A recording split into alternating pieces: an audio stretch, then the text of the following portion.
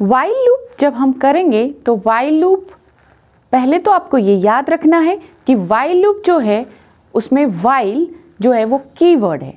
While is a keyword, do is a keyword, for is a keyword. आपको याद होगा हमने कहा था लास्ट लेक्चर्स में 32 कीवर्ड्स होंगे और डे बाय डे हम उन कीवर्ड्स को स्टडी करेंगे।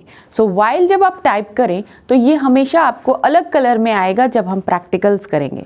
सो वाइल लिखना है और उसके आगे आपको इनिशियल नहीं, आपको फाइनल कंडीशन देनी है। अब इनिशियल जो है वो स्टार्टिंग में आएगी कि भाई इनिशियल क्या वैल्यू है जो आप पुट करने वाले हैं, और वाइल में जो कंडीशन देने वाले हैं ओपनिंग एंड क्लोजिंग। अगर आप ध्यान से देखें इसमें हमने स्टेटमेंट्स टू रिपीट और इंक्रीमेंट और डिक्रीमेंट, हमने पहले भी कहा कि इंक्रीमेंट और डिक्रीमेंट की जगह पे आप कुछ भी यूज़ कर सकते हैं, मल्टीप्लिकेशन और डिवीजन का भी स्टेटमेंट यूज़ कर सकते हैं। तो अभी के लिए वाइल लूप में इनिशियल, फाइनल और इंक्रीमेंट डिक्रीमेंट आपने बीच में देखा। डू वाइल भी कुछ इसी तरह से है, बट डू वाइल में इनिशियल स्टेटमेंट पहले होगी और वाइल जो है वो टर्मिनेटिंग पे होगा, क्लोजिंग पे होगा, आप देख पा रहे होंगे स्क्रीन पे। और एंड में आपको हमेशा याद रखना है सेमीकोलन। आपको ये ध्यान में रखना है कि वाइल के आगे सेमीकोलन नहीं होता जब वाइल अकेला होता है, लेकिन जब डू वाइल हम करते हैं तो वाइल के एंड में हमको सेमीकोलन लगाना पड़ता है।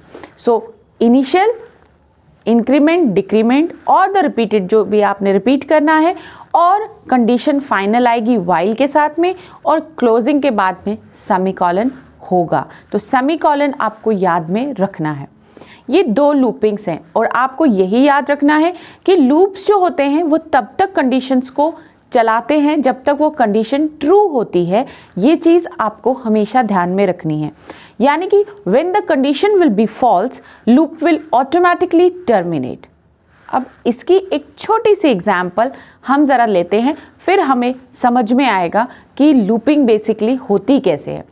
आपके घरों में या आपने कहीं पे भी ओवन, माइक्रोवेव और वॉशिंग मशीन का एग्जाम्पल तो देखा ही होगा। वॉशिंग मशीन में जब हम टाइमर सेट करते हैं और आप उस टाइमर को किसी फिक्स टाइम के लिए सेट करते हैं, आप देखेंगे कि धीरे धीरे वो टाइमर डिक्रीमेंट होता जाता है और आपकी वॉशिंग मशीन एक टाइम पे बंद हो जाती है।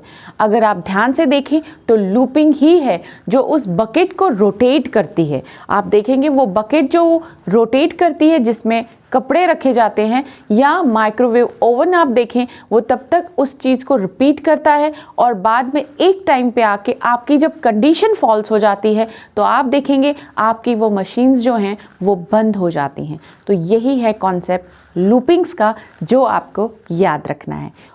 होप इस छोटी सी एग्जाम्पल से आपको और भी ज़्यादा क्लियर हो गया होगा। तो चलिए अब देखते हैं फॉर लूप के बारे में। फॉर लूप सबसे ईजीएस्ट लूप, ईजीएस्ट इस सेंस में कि हमें फॉर लूप में इनिशियल, फाइनल और इंक्रीमेंट और डिक्रीमेंट स्टेटमेंट को एक ही जगह रखना है, एक ही लाइन पे रखना है। इससे हमारा जो टाइम है वो सेव हो जाएगा और आपको कंपाइलर को एक ही जगह पे ये सारी स्टेटमेंट मिल जाएंगी। तो इनिशियल, सेमीकोलन, फाइनल, सेमीकोलन और इंक्रीमेंट और डिक्रीमेंट। अब यहाँ एंड में कोई सेमीकोलन आपने नहीं लगाना है, ये आपको ध्यान में रखना है। आपको याद रखना है कि फॉर लूप जो है वो सबसे फास्टेस्ट लूप है। अगर आप ध्यान से सिंटेक्स में भी देखें तो दोनों में आपको पता चलेगा कि फॉर और डू वाइल और वाइल में सबसे फास्टेस्ट लूप जो है वो वाइल लूप होगा, क्योंकि टाइम कंज्यूमिंग नहीं है। आप देखेंगे 3 जगह पे 3 स्टेटमेंट्स नहीं है, तीनों स्टेटमेंट एक ही लाइन पे है। आपको ये भी याद रखना है कि सेमीकोलन 2 बार ही आप रिपीट कर सकते हैं फॉर लूप में, उसके अलावा आप नहीं रिपीट कर सकते। जब हम प्रैक्टिकल्स करेंगे उसमें हम और भी देखेंगे कि फॉर लूप में और क्या हम कर सकते हैं और क्या नहीं कर सकते हैं। तो ये जो सिंटेक्सेस हमने अभी अभी देखे, ये आपको प्रैक्टिकल में जब हम एक्चुअल प्रैक्टिकल प्रोग्रामिंग करेंगे अभी, तो आपको ये चीज़ें याद होनी चाहिए, तो आपकी प्रोग्रामिंग जो है वो इजी हो जाएगी। अब इनको और डिटेल में और अच्छी तरह से समझने के लिए चलिए प्रैक्टिकल लैब की तरफ चलते हैं।